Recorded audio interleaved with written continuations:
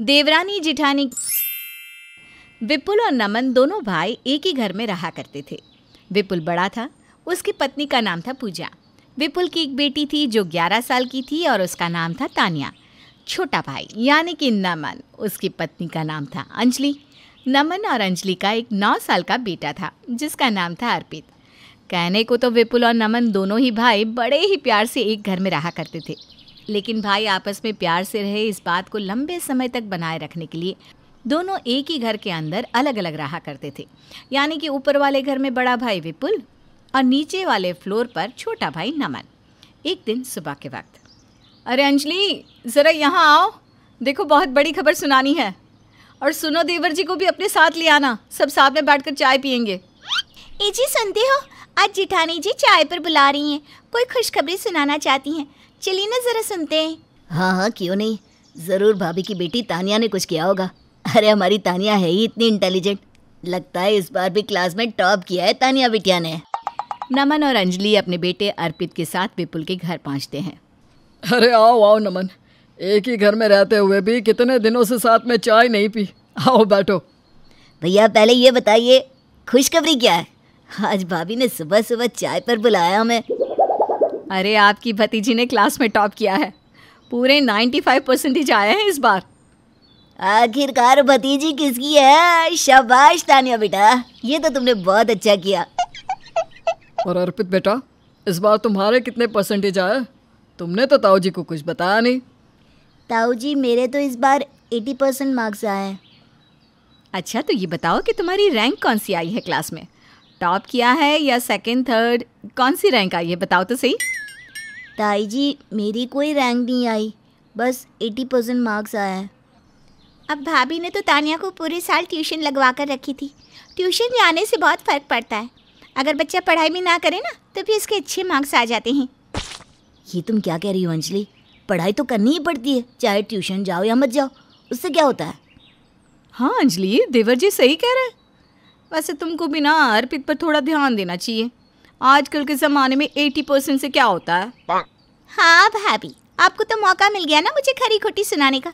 आपको क्या लगता है मैं सारा दिन टीवी देखते रहती हूँ, अपने बेटे को पढ़ाती नहीं हूँ? सारा दिन तो नहीं, लेकिन बहुत दिनों से देख रही हूँ। अर्पित स्कूल से आता है और तुम अपनी सास बहू की सीरियल देखने बैठ जाती हो। भाभी वो तो आप भी देखती है ना? हाँ हाँ देखती हूँ, लेकिन उस वक्त तानिया को ट्यूशन भेज देती हूँ ना, ताकि उसे किसी तरह का डिस्टर्बेंस ना हो।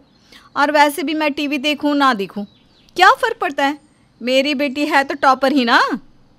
और इस तरह से अपने बच्चों को लेकर दोनों देवरानी जेठानी के बीच में अच्छी खासी बहस हो जाती है। कुछ दिनों के बाद अंजलि एक मिठाई का बड़ा सा डिब्बा लेकर पूजा के घर पहुंचती है और साथ में अपने बेटे अर्पित को भी लेकर जाती है। जेठानी जी ज़रा रसोई से बाहर तो आइए, देखिए तो सही आपकी पसंद की मिठाई लेकर आई हूँ मैं, वो भी पूरी 2 किलो, जी भर कर खा लीजिएगा।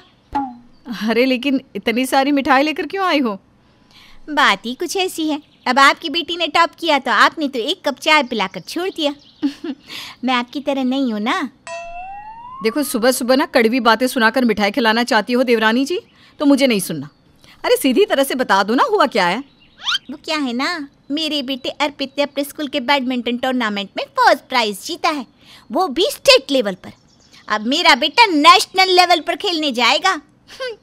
मैंने सोचा मिठाई खिला ही दूँ आपको। अरे तो इसमें कौन सी बड़ी बात है, वैसे भी ये स्पोर्ट्स में कुछ नहीं रखा, खेलने कूदने से कौन सा बहुत अच्छी नौकरी मिल जाती है। जानती थी भाभी, मेरे बेटे का स्पोर्ट्स कप जीतना आपको कभी अच्छा नहीं लगेगा, लेकिन जो भी हो मिठाई खा लेना, चलती हूँ मैं। तुम्हारा बेटा बैडमिंटन का मैच क्या जीत गया? तुम तो ऐसे इतरा रही हो जैसे गिनेस बुक में नाम लिखवा लिया उसने। अरे आपका आशीर्वाद रहा ना तो गिनेस बुक में भी नाम लिखवा लेगा मेरा बेटा, आप बस देखती रहो। ये कहकर अंजलि अपने घर लौट आती है। आए दिन दोनों देवरानी जेठानी में अपने बच्चों को लेकर कोई ना कोई कंपटीशन चलता रहता और इसके चलते उन दोनों के बीच बात बात पर झगड़े होने लगे थे। अंजलि और पूजा के आपसी झगड़ों की वजह से विपुल और नमन परेशान हो जाते हैं। एक दिन तानिया अर्पित के पास आती है। अर्पित, तुमने बैडमिंटन का मैच जीता है ना, मुझे भी बैडमिंटन खेलना बहुत पसंद है, मुझे सिखाओगी? क्यों नहीं तानिया दीदी, आप मेरे साथ बाहर ग्राउंड में चलिए, मैं आपको बहुत अच्छे से खेलना सिखा दूंगा। थैंक यू अर्पित, वो क्या है ना, मेरे स्कूल में अगले महीने टूर्नामेंट है और मैंने भी अपना नाम लिखवा दिया है। तभी वहाँ पर अंजलि आती है। तुमको और तुम्हारी मम्मी को कोई दूसरा काम नहीं है क्या? जब देखो तब मेरे बेटे से कंपटीशन करती रहती हो। अर्पित, तुम चलो यहाँ से, कोई ज़रूरत नहीं है इसे बैडमिंटन सिखाने की। क्या हुआ चाची, आप मुझसे नाराज़ है क्या? अर्पित मेरा छोटा भाई है, अगर वो मुझे सिखा देगा तो इसमें प्रॉब्लम क्या है? बैडमिंटन सीखने के लिए ना बेटा फीस भरनी पड़ती है, फीस। मेरा बेटा अर्पित भी तो कोच को हर महीने फीस देता है, तब जाकर बैडमिंटन का मैच जीता है। तुम तो सब कुछ फ्री में सीखना चाहती हो। अंजलि की बातें सुनकर पूजा भी वहाँ पर आ जाती है। अरे अंजलि, ये किस तरह की बात कर रही हो तुम मेरी बेटी से? तो गलत क्या कह रही हूँ भाभी? आपकी बेटी ने क्लास टॉप की है ना। अगर मेरे बेटे ने बैडमिंटन में टॉप किया है तो उससे देखा नहीं जा रहा ना, आप उससे भी बैडमिंटन में टॉप करना है। नहीं नहीं चाची, ऐसी कोई बात नहीं है। मुझे लगा अर्पित इतना अच्छा खेलता है तो वो मुझे थोड़ा सा सिखा देगा, बस इसलिए मैंने उससे पूछा था। हाँ मम्मी, मैंने भी सोचा था कि तानिया दीदी से मैथ्स में थोड़ी हेल्प ले लूँगा। अगर वो मुझे पढ़ाएंगी तो मेरे अच्छे मार्क्स आ जाएंगे। कोई ज़रूरत नहीं इसे पढ़ाने की, समझी? तुम अपनी पढ़ाई पर ध्यान दो। अरे इसी बहाने तुम्हारा टाइम खराब करवाना चाहते हैं ये लोग। मेरी बेटी ने टॉप क्या किया, लोगों को जलन होने लगी, जलन। दोनों बच्चों को लेकर पूजा और अंजलि में जलन इतनी बढ़ जाती है कि वो दोनों बात बात पर एक दूसरे से लड़ने लगती हैं। लेकिन तानिया और अर्पित को ये बात बिल्कुल भी अच्छी नहीं लगती। एक दिन वो दोनों मिलकर इस बात पर बात करते हैं। देखो ना अर्पित, ताई जी और चाची हम दोनों को लेकर कितना लड़ते हैं। आप सही कह रही हैं तानिया दीदी, पर हम क्या कर सकते हैं? लेकिन कुछ तो करना पड़ेगा ना। मेरे पास एक आइडिया है, मैं बताती हूँ। तानिया अर्पित को अपना आइडिया बताती है, जिसे सुनकर अर्पित खुश हो जाता है और वो दोनों पूजा और अंजलि को सुधारने का प्रण लेते हैं। क्या था तानिया का आइडिया? क्या अर्पित और तानिया का प्लान सक्सेसफुल होगा? पूजा और अंजलि के झगड़ों से परेशान होकर उन दोनों के बच्चों यानी कि तानिया और अर्पित ने उन्हें सुधारने का प्लान बनाया था। दोनों ही बच्चे चाहते थे कि उनकी मम्मियों में आपस में उन दोनों को लेकर किसी तरह का कोई झगड़ा ना हो और घर में शांति बनी रहे। इसी प्लान के चलते उन दोनों ने यह डिसाइड किया कि अंजलि अपनी क्लास टेस्ट में कम मार्क्स लेकर आएगी और अर्पित भी अपने बैडमिंटन के गेम में हार जाएगा। कुछ दिन बीतने के बाद जब तानिया का क्लास टेस्ट हुआ तो वो अपनी रिपोर्ट कार्ड लेकर अपनी माँ के पास आई। अरे तानिया, ये क्या? इस बार तो तुम्हारे एग्जाम में बहुत ही कम मार्क्स आए हैं, ऐसा क्यों? मम्मी, मैंने तो अच्छे से पढ़ाई की थी, मुझे नहीं पता मेरे मार्क्स इतने कम क्यों आए हैं। लेकिन आपको पता है, मैं अपने स्कूल की बैडमिंटन टीम में सिलेक्ट हो गई हूँ। अरे बेटा, बैडमिंटन और ये सब बेकार की बातें हैं। तुम्हें एग्जाम में अच्छे नंबर लाने चाहिए थे। अगर पढ़ोगे लिखोगे नहीं तो ये खेल कूद करने का क्या मतलब रह जाएगा? लेकिन मम्मी, मैंने बहुत कोशिश की थी, अब मेरे अच्छे मार्क्स नहीं आए तो मैं क्या कर सकती हूँ? देखो तानिया, अगली बार तुम्हारे मार्क्स अच्छे आने चाहिए, वरना तुम्हारी चाची है ना, वो 10 बातें सुनाने से बाज नहीं आएगी। वहीं दूसरी तरफ अंजलि के घर में भी कुछ ऐसा ही हाल था। ये तुम क्या कह रहे हो बेटा? तुम्हारा बैडमिंटन टीम में सिलेक्शन नहीं हुआ? लेकिन क्यों? मम्मी जाने दो ना, बैडमिंटन टीम में सिलेक्ट नहीं हुआ तो क्या हुआ? मेरे मैथ्स में इस बार पिछली बार से 10 नंबर ज़्यादा आए। मैंने खूब सारी पढ़ाई की है। अरे वो बात तो सही है और तुम्हारे अच्छे नंबर आने से मैं बहुत खुश भी हूँ, लेकिन तुम बैडमिंटन के चैंपियन हो, चैंपियन। अगर ये बात तुम्हारी ताई जी को पता चल गई ना कि इस बार तुम अपनी टीम में सिलेक्ट नहीं हुए तो हमारी नाक कट जाएगी। क्या मम्मी, अब सिलेक्ट नहीं हुआ तो नहीं हुआ। मैंने बहुत कोशिश की थी, गेम भी अच्छा खेला था, पर पता नहीं लास्ट टाइम पर क्या हो गया होता मुझे। शाम के वक्त जब विपुल और नमन अपनी अपनी नौकरी से घर लौट कर आते हैं तो अपनी पत्नियों के लटके हुए उदास चेहरे देखकर उन्हें कुछ भी समझ में नहीं आता। विपुल और नमन को लगा कि शायद पूजा और अंजलि का मूड ठीक नहीं है, इसलिए उन दोनों ने मिलकर एक रेस्टोरेंट में साथ जाकर खाना खाने का प्लान बनाया। सब लोग जब रेस्टोरेंट में पहुंचे और खाना खाने लगे, उस वक्त अर्पित और तानिया के चेहरे पर मुस्कुराहट थी। इतने कम नंबर आने के बाद भी ऐसे मुस्कुरा रही हो जैसे पता नहीं क्या कर लिया हो। क्या हुआ भाभी? पिछली बार तो आप बहुत इतरा रही थी कि तानिया ने टॉप किया है, वो तो इतनी इंटेलिजेंट है। इस बार क्या हुआ, नंबर अच्छे नहीं आए? अरे हम बाहर खाना खाने आए ना, ये सब बातें करने का क्या फ़ायदा? आपने सुना नहीं? अभी अभी अंजलि ने क्या कहा? तो मैंने गलत ही क्या कहा?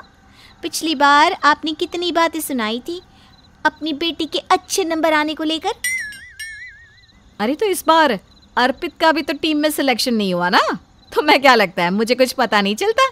देवरानी जी, मुझे भी सारी बात पता है। क्या हुआ, टीम में सिलेक्शन नहीं हुआ तो? पिछली बार से तो बहुत अच्छे नंबर आए हैं मेरे बेटे के। तो तानिया का भी तो सिलेक्शन हो गया है बैडमिंटन टीम में। अरे इस बार नंबर कम आए तो क्या हुआ, अगली बार ज्यादा आ जाएंगे। हे भगवान, तुम दोनों का ये आपस में बच्चों को लेकर झगड़ा करने का सिलसिला कब खत्म होगा? माहौल अच्छा करने के लिए हम बाहर खाना खाने आए थे, लेकिन तुम लोग तो यहाँ भी शुरू हो गए। वैसे तानिया बेटा, तुम तो बैडमिंटन में इतनी अच्छी नहीं थी, फिर तुम्हारा टीम में सिलेक्शन कैसे हो गया? वो क्या है ना पापा, अर्पित ने मुझे खेलना सिखाया था। वो तो अपनी टीम का चैंपियन था ना, बस इसलिए, और उसी की वजह से मेरा सिलेक्शन हुआ है। चुप कर तानिया, बेकार में किसी को क्रेडिट देने की कोई ज़रूरत नहीं है। अरे तुम्हारी चाची तो चाहती ही नहीं थी कि तुम ठीक से बैडमिंटन खेलना सीख जाओ। जब भी अर्पित सिखाता था तो बहुत मिर्ची लगती थी देवरानी जी को।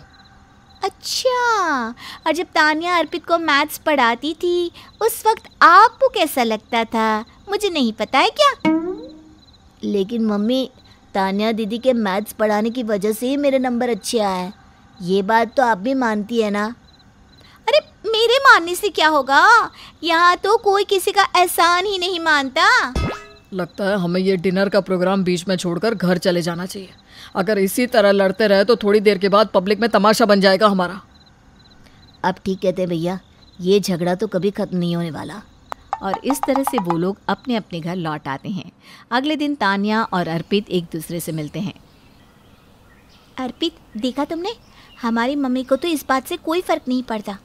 मैंने जानबूझकर नंबर कम लाए और तुम भी अपने बैडमिंटन टीम में सेलेक्ट नहीं हुए, लेकिन इससे हमारे घर में तो कुछ नहीं बदला। पता नहीं दीदी, हम दोनों की मम्मियाँ कब सुधरेंगी। मुझे तो लगता है कि वो हमेशा ऐसे ही झगड़ा करती रहेंगी। अगले दिन शाम के वक्त विपुल और नमन अपने अपने परिवार के साथ एक जगह पर बैठे हुए थे। यार नमन, मैं चाह रहा था कि तानिया का एडमिशन बैडमिंटन अकेडमी में करवा देते हैं। इस बार तो वो अपनी टीम में सिलेक्ट भी हो गई है। आप सही कह रहे हैं भाई साहब, पढ़ने में तो तेज़ है ही, अगर स्पोर्ट्स में भी निकल जाएगी तो काफ़ी अच्छा रहेगा।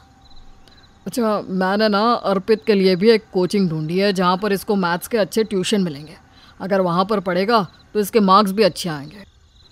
लेकिन ये बैडमिंटन अकेडमी और ये ट्यूशन काफ़ी महंगे नहीं पड़ेंगे? हाँ, मुझे भी इसी बात की चिंता हो रही थी कि इनकी फ़ीस तो बहुत ज़्यादा होती है। पहले स्कूल की फ़ीस और अब ये सब का हम कैसे खर्चा निकालेंगे? लेकिन मुझे कोई दूसरा तरीका समझ में भी तो नहीं आता। मेरे पास एक तरीका है, लेकिन उसके लिए आप बड़े लोगों को हमारी बात माननी पड़ेगी। हाँ, अगर मम्मी और चाची इस बात का प्रॉमिस करेंगी कि वो मेरे और अर्पित की बात को लेकर कभी झगड़ा नहीं करेंगी, तो हमारे पास एक बहुत अच्छा सोल्यूशन है। अरे बताओ ना, ऐसा कौन सा सोल्यूशन है? मैं अर्पित को रोज़ 2 घंटा मैथ्स का ट्यूशन पढ़ा सकती हूँ। और मैं तानिया दीदी को रोज़ 2 घंटा बैडमिंटन खेलना सिखा सकता हूँ। लेकिन हम दोनों ऐसा करेंगे नहीं। अरे इतनी सारी फीस बचेगी तो फिर ये सब करने में प्रॉब्लम क्या है? वो क्या है ना चाची, आप दोनों मम्मियाँ हम दोनों बच्चों को लेकर इतना कंपटीशन करते हैं कि हमारा मन ही नहीं करता कि आप लोगों के लिए कुछ किया जाए। हाँ, वैसे बात तो बिल्कुल ठीक है तुम्हारी तानिया। हाँ अर्पित, तुम ठीक ही कहते हो बेटा।